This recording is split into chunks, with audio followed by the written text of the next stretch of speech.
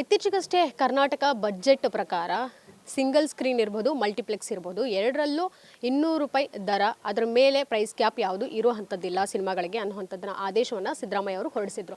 ಅದು ಇದು ಎಷ್ಟರ ಮಟ್ಟಿಗೆ ಇದನ್ನ ಪಾಲಿಸ್ತಿದ್ದಾರೆ ಅನ್ನುವಂಥದ್ದು ಡೀಟೇಲ್ಸ್ ಇರಬಹುದು. ಜೊತೆಗೆ ಇತ್ತೀಚೆಗೆ ಇನ್ನೇನು ಏಪ್ರಿಲ್ 18ನೇ ತಾರೀಕು ಕದಿಮ ಅನ್ನುವಂತಹ ಸಿನಿಮಾ ಕೂಡ ರಿಲೀಸ್ ಆಗ್ತಿರುವಂಥದ್ದು ಕನ್ನಡದಲ್ಲಿ.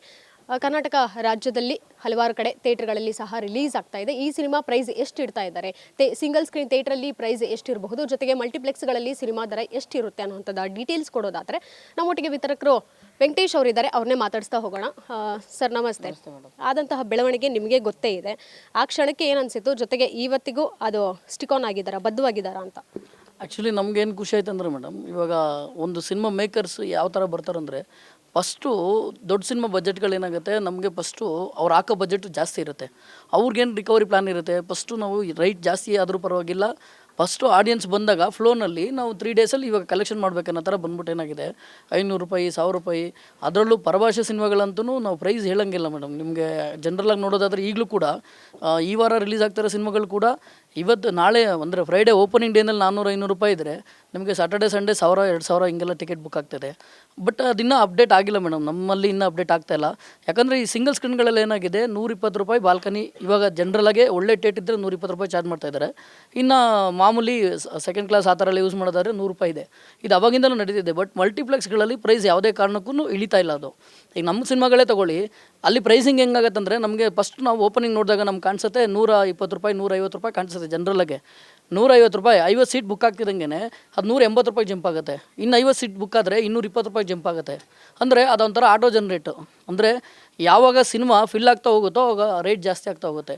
ಈಗ ನಾವು ಆಲ್ರೆಡಿ ಏನಾಗಿದೆ, ಆಡಿಯನ್ಸ್ ಇಲ್ಲ ಅಂದರೆ ಜನ ಒಳಗಡೆ ಬರ್ತಾಯಿಲ್ಲ. ಟಿಕೆಟ್ ರೇಟು ನಾವು ಇವಾಗ ಕೆಲವೊಮ್ಮೆ ಏನು ಮಾಡ್ತಾಯಿದ್ದೀವಿ, ಇವಾಗ ಸ್ಪೆಷಲ್ ಫ್ರೈಡೇ ಬಂದುಬಿಟ್ಟು ಸಿನಿಮಾ ಡೇ ಅನ್ನೋ ಥರ ಎಲ್ಲ ಮಾಡಿ ₹199 ಟಿಕೆಟ್ ಮಾಡಿದ್ರೇ ಆಡಿಯನ್ಸ್ ಬರ್ತಾಯಿಲ್ಲ.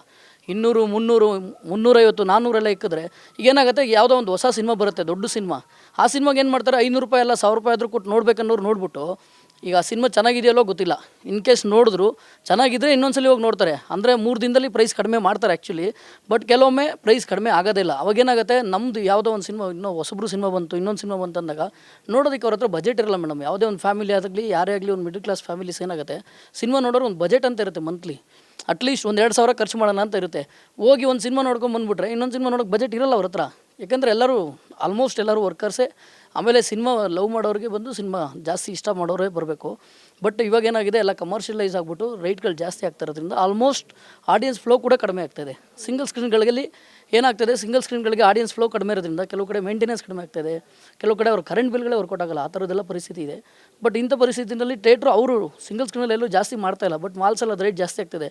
ಕೆಲವೊಂದು ಸಿಂಗಲ್ ಸ್ಕ್ರೀನ್ಗಳಲ್ಲೂ ಒಳ್ಳೊಳ್ಳೆ ಸಿಂಗಲ್ ಸ್ಕ್ರೀನ್ಗಳಲ್ಲಿ ಮಾಡ್ತಾಯಿದ್ದಾರೆ, ಹೊಸ ಸಿನಿಮಾಗಳಿಗೆ 1 or 2 ಡೇಸ್ ಮಾಡ್ತಾಯಿದ್ದಾರೆ. ಬಟ್ ಅದು ಕೂಡ ಏನಾಗುತ್ತೆ, ಇಂಪ್ಯಾಕ್ಟ್ ಕೂಡ ಮೇಡಮ್ ಅದು. ಯಾಕಂದರೆ ಅವ್ರು ಅಲ್ಲಿ ಆ ಫ್ಲೋನಲ್ಲಿ ನೋಡ್ಬಿಡ್ತಾರೆ ಜನ, ಎಷ್ಟಾದರೂ ಕೊಟ್ಟರು ಪರವಾಗಿಲ್ಲ, ಕೊಟ್ಟು ನೋಡ್ಬಿಡೋಣ ಅಂದ್ಬಿಟ್ಟು. ಬಟ್ ನೆಕ್ಸ್ಟು ಸಿನಿಮಾಗಳಿಗೆ ಅವರು ಬರ್ತಾಯಿಲ್ಲ ಆಡಿಯನ್ಸ್ ಫ್ಲೋ, ಅದು ಸಮಸ್ಯೆ. ಡಿಸ್ಟ್ರಿಬ್ಯೂಟರ್ ಆಗಿ ಈ ಆದೇಶ ಹೊರಡಿಸಿದಾಗ ₹200 ಫಿಕ್ಸ್ ಈ ಸಿಂಗಲ್ ಸ್ಕ್ರೀನ್ ಇರ್ಬೋದು, ಮಲ್ಟಿಪ್ಲೆಕ್ಸ್ ಅಂದಾಗ ಈ ವಿಚಾರ ಇರ್ಬೋದು, ಸ್ಟ್ರಾಟಜಿ ಇರ್ಬೋದು, ನಿಮಗೆ ಖುಷಿ ಕೊಡ್ತಾ? ಆ್ಯಕ್ಚುಲಿ ಖುಷಿ ಆಯಿತು ಮೇಡಮ್. ಬಟ್ ಏನಾಗುತ್ತೆ, ಈಗ ದೊಡ್ಡ ಸಿನಿಮಾಗಳಿಗೆ ಮಾತ್ರ ಇಂಪ್ಯಾಕ್ಟ್ ಆಗುತ್ತೆ ಇದು. ಅಂದರೆ ದೊಡ್ಡ ಸಿನಿಮಾದವ್ರಿಗೆ ಸ್ವಲ್ಪ ಕಷ್ಟ ಆಗುತ್ತೆ. ಯಾಕಂದರೆ ಅವರು ಹೆವಿ ಬಜೆಟ್ ಹಾಕಿದ್ದಾಗ ರಿಕವರಿ ಹೆಂಗೆ, ಅಕಸ್ಮಾತ್ ಸಿನಿಮಾ ಏನಾದರೂ ಫೇಲ್ಯೂರ್ ಆಗೋಯ್ತು, ಸಿನಿಮಾ ಥಿಯೇಟ್ರಲ್ಲಿ ನಿಲ್ಲಿಲ್ಲ ಅಂದಾಗ ಏನಾಗುತ್ತೆ, ಅವರಿಗೆ ಒಂದು ಸ್ವಲ್ಪ ಭಯ ಸ್ಟಾರ್ಟ್ ಆಗುತ್ತೆ. ಈಗ ದೊಡ್ಡ ಸಿನಿಮಾದವ್ರಿಗೆ ಯಾಕೆ ಈಗ 60 ಕೋಟಿ 70 ಕೋಟಿ ಹಾಕ್ಬಿಟ್ಟು ಅವರು ಪ್ರೈಸ್ ಫಿಕ್ಸ್ ಮಾಡಲಿಲ್ಲ ಅಂದರೆ ಅವ್ರಿಗೆ ರಿಕವರಿ ಆಗಲ್ಲ ಮೇಡಮ್. ಯಾಕಂದರೆ ಎಲ್ಲದರಲ್ಲೂ 50-50 ಶೇರಿಂಗಲ್ಲಿ ಹೋಗಬೇಕಾದ್ರೆ ಅವ್ರಿಗೆ ರಿಕವರಿ ಪಾರ್ಟ್ ಕಡಿಮೆ ಕಾಣಿಸುತ್ತೆ, ಅದಕ್ಕೆ ಜಾಸ್ತಿ ಕೊಂತಾರೆ.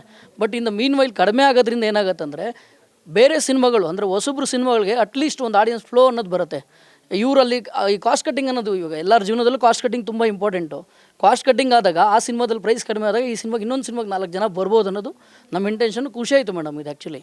ಬಟ್ ಬುಕ್ ಮೈ ಶೋನಲ್ಲಿ ನೋಡಿದ್ರೆ ಚಾವ ಸಿನಿಮಾ ಇರ್ಬೋದು, ಪರಭಾಷೆ ಸಿನಿಮಾ ಇರ್ಬೋದು, ಇನ್ನೂ ₹500, ₹1000, ₹2000 ಈ ರೀತಿಯೇ ಟಿಕೆಟ್ ಇದೆ. ಅದೇ ನಾನು ಹೇಳೋದಲ್ಲ ಮೇಡಮ್, ಯಾವುದು ಇವಾಗ ಹೆಂಗಾಗಿದೆ ನಮ್ಮಲ್ಲಿ ಅಂದರೆ ಗೆದ್ದೆತ್ತಿನ ಕುದುರೆ ಬಾಲ ಹಿಡಿಯೋ ಥರ ಆಗ್ಬಿಟ್ಟಿದೆ. ಇವಾಗ ಯಾವ್ದು ಚೆನ್ನಾಗಿ ಹೋಗ್ತಾ ಇದೆಯೋ ಅದಕ್ಕೆ ರೈಟ್ ಜಾಸ್ತಿ ಮಾಡಿದ್ರು ಸರಿ ಅವ್ರು ಇನ್ಕಮ್ ಮಾಡಬೇಕನ್ನೋ ಥರ ಆಗಿದೆ. ಯಾಕೆಂದರೆ ಬೇರೆ ಸಿನಿಮಾಗಳಿಂದ, ಬೇರೆ ಥಿಯೇಟ್ರ್ಗಳಿಂದ, ಬೇರೆ ಸಿನಿಮಾಗಳಿಂದ ಅವ್ರಿಗೆ ಫ್ಲೋ ಇಲ್ಲ, ಆಡಿಯನ್ಸ್ ಫ್ಲೋ ಕಡಿಮೆ ಆಗಿರೋದ್ರಿಂದ ಏನು ಮಾಡ್ತಾರೆ, ಯಾವುದ್ರಲ್ಲಿ ಓಡ್ತಾ ಇದೆಯೋ ಅದರಲ್ಲಿ ಮ್ಯಾನೇಜ್ ಮಾಡಬೇಕಲ್ಲ ಅನ್ನೋದು ಒಂದು ಮ್ಯಾನೇಜ್ಮೆಂಟ್ ಸಿಸ್ಟಮ್ಗೆ ಬಂದುಬಿಟ್ಟಿದೆ. ಬಟ್ ಅದರಲ್ಲಿ ಅವರು ಕಡಿಮೆ ಮಾಡಿದ್ರೆ ಇನ್ನೊಂದು 4 ಜನ ಅದಕ್ಕೆ ಎಕ್ಸ್ಟ್ರಾ ಬಂದು ಅದೇ ಸಿನಿಮಾನೇ ನೋಡ್ತಾರೆ ಹೊರತು ಯಾರು ನೋಡಲ್ಲ ಅನ್ನಂಗೇನಿಲ್ಲ. ಈಗ ಚೆನ್ನಾಗಿ ಹೋಗ್ತಾರೆ ಸಿನಿಮಾಗೆ ಪ್ರೈಸ್ ಕಡಿಮೆ ಇದ್ದರೆ ನೋಡ್ತಾರಲ್ವಾ. ಸೊ ಇದು ನನ್ನ ಒಪಿನಿಯನು. ಸೊ ಫಿಲ್ಮ್ ಚೇಂಬರಲ್ಲೂ ಇತ್ತೀಚೆಗಷ್ಟೇ ಈ ಕುರಿತು ಮಾತುಕತೆ ಆಯಿತು, ಸುದ್ದಿಗೋಷ್ಠಿ ಆಯಿತು. ಡಿಸ್ಟ್ರಿಬ್ಯೂಷನ್ ಇರಬಹುದು, ವಿತರಕರು ಇರ್ಬೋದು, ಪ್ರೊಡ್ಯೂಸರ್ಸ್ ಇರ್ಬೋದು, ಎಲ್ಲ ಅಸೋಸಿಯೇಷನ್ ಅವರು ಎಲ್ಲ ಕೂತ್ಕೊಂಡು ಇದ್ರ ಬಗ್ಗೆ ಮಾತನಾಡಿದ್ರು. ಸೊ ನಿಮ್ಮ ಸಂಘದಲ್ಲಿ ಈ ಒಂದು ಮಾತುಕತೆ ಬಂದಾಗ ನೆಕ್ಸ್ಟ್ ಪ್ರೊಸೀಜರ್ ಏನು ಅಂತ, ಯಾಕಂದರೆ ಇವಾಗ ಆದೇಶ ಹೊರಡಿಸಿದ್ದಂತೂ ಅಪ್ಲೈ ಆಗಿಲ್ಲ. ಆ್ಯಕ್ಚುಲಿ ಏನಂದರೆ ಮೇಡಮ್, ಇದನ್ನು ಫಸ್ಟ್ ಇನಿಷಿಯೇಟ್ ತೊಗೊಂಡಿದ್ದು ನಮ್ಮ ಸಾರಾ ಗೋವಿಂದ್ ಸರು. ತುಂಬ ಇದಕ್ಕೆ ಅವ್ರದ್ದು ತುಂಬ ಪಾತ್ರ ಇದೆ. ಇದು ಇನಿಷಿಯೇಟ್ ತೊಗೊಂಡಿರೋದ್ರಲ್ಲಿ ಸಿಕ್ಕಾಪಟ್ಟೆ ಎಫರ್ಟ್ ಹಾಕಿದ್ದು ಅವರೇ. ಇವಾಗ ಏನೇ ಚೇಂಜಸ್ ಆಗ್ತಿದ್ರು ಕೂಡ ಅದಕ್ಕೆ ಅವರೇ ಕಾರಣ ಅಂತ ಹೇಳ್ಬೋದು. ಯಾಕೆಂದರೆ ಮೋಸ್ಟ್ ಆನೆಸ್ಟ್ ಡೆಡಿಕೇಶನ್ ಪರ್ಸನ್ ಅವರು ನಮ್ಮ ಸಿನಿಮಾಗೆ. ಒಂದು ರಾಯಭಾರಿ ಅಂತ ಹೇಳ್ಬೋದು ಅವರು. ಆ್ಯಕ್ಚುಲಿ ಸಿನಿಮಾದವ್ರಿಗೆ ಕಷ್ಟ ಅಂದಾಗ ಸಿಕ್ಕಾಪಟ್ಟೆ ಸಪೋರ್ಟ್ ಮಾಡೋವಂಥವ್ರು. ಬಟ್ ಅವರು ತುಂಬ ಎಫರ್ಟ್ ಆಗ್ತಾಯಿದ್ದಾರೆ. ಅದಕ್ಕೆ ಎಫರ್ಟ್ಗೆ ಚೇಂಬರ್ ಆಗಲಿ ಇನ್ನೊಂದು ಕಡೆಯಿಂದಾಗಲಿ ಅಷ್ಟು ಫೋರ್ಸಾಗಿ ನಾವು ಹಾಕೋಕ್ಕಾಗ್ತಿಲ್ಲ. ಯಾಕಂದರೆ ಸಿನಿಮಾಗಳು ರಿಕವರಿ ಸಂಖ್ಯೆ ಕಡಿಮೆ ಆಗ್ತಾಯಿದೆ. ಒಬ್ಬ ಪ್ರೊಡ್ಯೂಸರ್ಗೆ ರಿಕವರಿ ಕಡಿಮೆ ಆದಾಗ ಏನಾಗುತ್ತೆ, ಅಟ್ಲೀಸ್ಟ್ ಏನೋ ಒಬ್ಬನ 4 ಕಾಸು ಬರ್ತಾ ಇದೆಯಲ್ಲ ಅನ್ನೋ ಥರ ಬಂದ್ಬಿಟ್ಟಿದೆ ಇವಾಗ. ಸೊ ಹಂಗಾಗಿ ಅದು ಫ್ಲೋ ಇದೆ ಮೇಡಮ್. ಅದು ಸದ್ಯದಲ್ಲೇ ಅದಕ್ಕೆ ಡಿಸಿಷನ್ ನಡೀತಾ ಇದೆ, ಮಾಡ್ತಾ ಇದ್ದಾರೆ. ಚೇಂಬರಿಂದ ಕೂಡ ಆಗುತ್ತೆ ಅದು. ಓಕೆ, ಇನ್ನೇನು ನೀವು ರಿಲೀಸ್ ಮಾಡ್ತಿರೋದು ಅಂದರೆ ಡಿಸ್ಟ್ರಿಬ್ಯೂಟ್ ಮಾಡ್ತಿರೋಂತಹ ಕದೀಮ ಸಿನಿಮಾ ಕೂಡ ಏಪ್ರಿಲ್ 18ನೇ ತಾರೀಕು ರಿಲೀಸ್ ಆಗ್ತಾ ಇದೆ. ಯಾವ್ಯಾವ ಥಿಯೇಟ್ರಲ್ಲಿ ರಿಲೀಸ್ ಆಗ್ತಿದೆ, ಪ್ರೈಸ್ ಎಷ್ಟು ಮಾಡಿದ್ದೀರಾ? ಮೇಡಮ್, ಸಿಂಗಲ್ ಸ್ಕ್ರೀನ್ಗಳಲ್ಲಿ ನಾವು ಜನರಲ್ಗೆ ಬಾಲ್ಕನಿ ಬಂದು 120 ಮ್ಯಾಕ್ಸಿಮಮ್ ಇಟ್ಟಿದ್ದೀವಿ. ಸೆಕೆಂಡ್ ಕ್ಲಾಸ್ ಎಲ್ಲ ನಾವು 100 ರೂಪಾಯಿ ಇಟ್ಟಿದ್ದೀವಿ. ಇನ್ನು ಬೇರೆ ಮಾಲ್ಗಳಲ್ಲಿ ಮ್ಯಾಕ್ಸಿಮಮ್ ನಂದು 150 ರೂಪಾಯಿಂದ 160 ರೂಪಾಯಿ ಇದೆ ಮೇಡಮ್. ಅದ್ರ ಮೇಲೆ ಯಾವುದೂ ಇಲ್ಲ. ಅದು ನಾವು ಮಾಲವ್ರಿಗೂ ರಿಕ್ವೆಸ್ಟ್ ಮಾಡಿದ್ದೀನಿ, ಇನ್ ಕೇಸ್ ಜಾಸ್ತಿ ಟಿಕೆಟ್ಸ್ ಶೋಸ್ ಫುಲ್ ಆಗ್ತಾ ಹೋದಾಗ ಅವ್ರು ರೈಟ್ ಜಾಸ್ತಿ ಆಗುತ್ತಲ್ಲ, ಅದು ಮಾಡೋದು ಬೇಡ.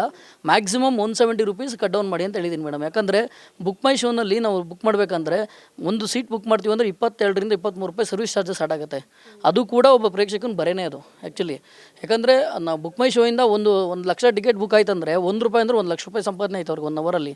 ಬಟ್ ಅವ್ರು ಯಾಕೆ ಅದನ್ನು ಸರ್ವಿಸ್ ಚಾರ್ಜ್ ಅಷ್ಟೊಂದು ಮಾಡ್ತಾ ಇದ್ದಾರೆ ಗೊತ್ತಿಲ್ಲ. ಅದಕ್ಕೆ ಟ್ಯಾಕ್ಸ್ ಹಾಕ್ತಾರೆ. ಎಕ್ಸಾಂಪಲು ಟ್ಯಾಕ್ಸ್ ರಿಕವರಿ ಇಲ್ಲ, ಅವ್ರು ಸರ್ವಿಸ್ ಚಾರ್ಜ್ ಹಾಕ್ತಾರೆ, ಅದಕ್ಕೆ ರಿಕವರಿ ಇಲ್ಲ. ಸೊ ಇದನ್ನು ಕೂಡ ನಮ್ಮವರು ನೋಡಬೇಕಾಗಿದೆ. ಯಾಕಂದರೆ ಇಲ್ಲೆಲ್ಲರೂ ಅಗೇನ್ ಇನ್ವೆಸ್ಟ್ಮೆಂಟ್ ಪಾರ್ಟ್ ಮೇಡಮ್ ಇದು. ಅವರು ಇನ್ವೆಸ್ಟ್ಮೆಂಟ್ ಮಾಡಿ ಕೆಲವು ಟ್ರೇಡರ್ಗಳ ಜೊತೆ ಲಿಂಕಲ್ಲಿ ಇರ್ತಾರೆ. ಸೊ ಇದೆಲ್ಲ ಒಂದಕ್ಕೊಂದು ವೈಸ್ ವರ್ಷ ಬಿಸ್ನೆಸ್ ಲಿಂಕ್ಸ್ ಇದು. ಬಟ್ ಅವರು ಬುಕ್ಕಿಂಗ್ ಅಮೌಂಟ್ ಕೂಡ ಕಡಿಮೆ ಮಾಡಿ ಏನೋ ಸರ್ವಿಸ್ ಚಾರ್ಜಸ್ ಒಂದು 3 ರೂಪಾಯಿ 5 ರೂಪಾಯಿ ಆ್ಯಡ್ ಮಾಡಿದ್ರೆ ಅದರಿಂದ ಒಂದು 20 ರೂಪಾಯಿ ಉಳಿದ್ರೆ ಅಟ್ಲೀಸ್ಟು ಒಂದು 5 ಟಿಕೆಟ್ ಬುಕ್ ಮಾಡಿದ್ರೆ 100 ರೂಪಾಯಿ ಉಳಿತಂದ್ರೆ ಅವನೇನೋ ಒಂದು ಪಾಪ್ಕಾರ್ನ್ ತೊಗೊಂಡು ನೋಡ್ಬೋದು ಎಕ್ಸಾಂಪಲು. ಇಲ್ಲ ಇನ್ನೊಂದು ಟಿಕೆಟ್ ಬುಕ್ ಮಾಡ್ಬೋದು. ಆ ಥರ ಅನುಕೂಲ ಆಗುತ್ತೆ. ಬುಕ್ ಮೈ ಶೋನವ್ರು ಕೂಡ ಇದನ್ನು ಇನಿಷಿಯೇಟ್ ತೊಗೊಂಡ್ರೆ ಒಳ್ಳೇದಂತ ನನ್ನ ಒಪಿನಿಯನ್ ಮೇಡಮ್. ಈ ರೀತಿ ಹೊಸಬ್ರು ಸಿನಿಮಾ ಬಂದಾಗ ಯಾವ ಕಡೆಯಿಂದ ರೆಸ್ಪಾನ್ಸ್ ತುಂಬ ಚೆನ್ನಾಗಿ ಸಿಗುತ್ತೆ? ಜೊತೆಗೆ ಕಲೆಕ್ಷನ್ ವೈಸ್ ಇರ್ಬೋದು, ಸಿಂಗಲ್ ಥಿಯೇಟ್ರಾ ಅಥವಾ ಮಲ್ಟಿಪ್ಲೆಕ್ಸ್? ಜನರಲಿ ಹೊಸಬ್ರು ಸಿನಿಮಾ ಮತ್ತು ಇನ್ನೊಂದಕ್ಕಂತ ಏನಾಗುತ್ತೆ, ನಮ್ಮಲ್ಲಿ ಒಂದು ಕೆಲವು ಸಿನಿಮಾ ಪ್ರೇಮಿಗಳಿದ್ದಾರೆ ಮೇಡಮ್, ಸಿನಿಮಾ ಆಡಿಯನ್ಸ್ ಅಂತ ಕೆಲವರು ಇದ್ದಾರೆ. ಅವರು ಜನರಲಾಗಿ ಸಿಂಗಲ್ ಸ್ಕ್ರೀನ್ಗೆ ಬರ್ತಾರೆ ಜಾಸ್ತಿ. ಯಾಕಂದರೆ ಮಲ್ಟಿಪ್ಲೆಕ್ಸ್ ಏನಾಗುತ್ತೆ, ಅಗೇನ್ ಅವರು ಸೆಕೆಂಡ್ ಕ್ಲಾಸಲ್ಲಿ ಕೂತ್ಕೊಂಡು 100 ರೂಪಾಯಿ ಕೊಟ್ಟು ನೋಡ್ಬೋದು. ಬಟ್ ಇಲ್ಲಿ ಬರಬೇಕಂದ್ರೆ ಅವ್ರಿಗೆ 200 ರೂಪಾಯಿ ಬೇಕು. ಅದೇ ಅಲ್ಲಿ 100 ರೂಪಾಯಿ ಕೊಟ್ಟರೆ ಒಂದು ಸಿನಿಮಾ ನೋಡಿರ್ತಾರೆ, ಹೊಸ ಸಿನಿಮಾ ಚೆನ್ನಾಗಿಲ್ಲ ಅಂದರೆ ಇನ್ನೊಂದು ಸಿನಿಮಾ ನೋಡ್ತಾರೆ. ಅಟ್ಲೀಸ್ಟ್ ಚೆನ್ನಾಗಿರೋ ಇನ್ನೊಂದ್ಸಲ ಅದನ್ನೇ ಬಂದು ನೋಡ್ತಾರೆ. ಸೊ ಸಿಂಗಲ್ ಸ್ಕ್ರೀನ್ಗಳಿಗೆ ಪುಷಪ್ ಚೆನ್ನಾಗಿರುತ್ತೆ ಮೇಡಮ್ ಈ ಥರ ಹೊಸಬ್ರು ಸಿನಿಮಾಗಳಿಗೆ. Okay, thank you so much ಇಷ್ಟೊತ್ತು ಮಾತನಾಡೋದಕ್ಕೆ, ಜೊತೆಗೆ ಡೀಟೇಲ್ಸ್ ಕೂಡ ಕೊಟ್ಟಿರೋದಕ್ಕೆ. ಕದೀಮ ಸಿನಿಮಾ ಡಿಸ್ಟ್ರಿಬ್ಯೂಟ್ ಮಾಡ್ತಿದ್ದೀರಾ, ಸಕ್ಸಸ್ ಕಾಣಲಿ ಈ ವರ್ಷ. Thank you madam, thank you so much. ಇದಿಷ್ಟು ವಿತರಕರು ವೆಂಕಟೇಶ್ ಅವರ ಮಾತಾಗಿದ್ದು. ಕ್ಯಾಮ್ರಾ ಪರ್ಸನ್ ಪೃಥ್ವಿ ಜೊತೆಗೆ Keerthi Patil, guarantee news, Bengaluru. Guarantee news, ಸುದ್ದಿ ಖಚಿತ, ನ್ಯಾಯ ನಿಶ್ಚಿತ.